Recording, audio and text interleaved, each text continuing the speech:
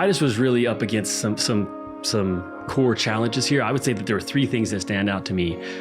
One is he just was dealing with young believers and new churches. So that's a challenge just in and of itself.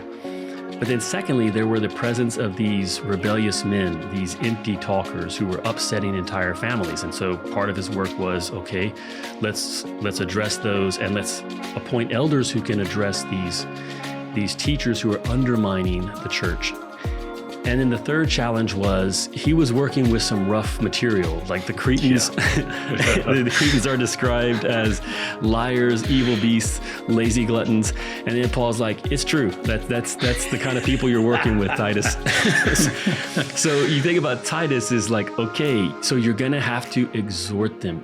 You can't just hope that they get it, that they naturally become fully mature in their faith. No, you're going to have to exhort them, reprove them severely so that they can become sound in the faith.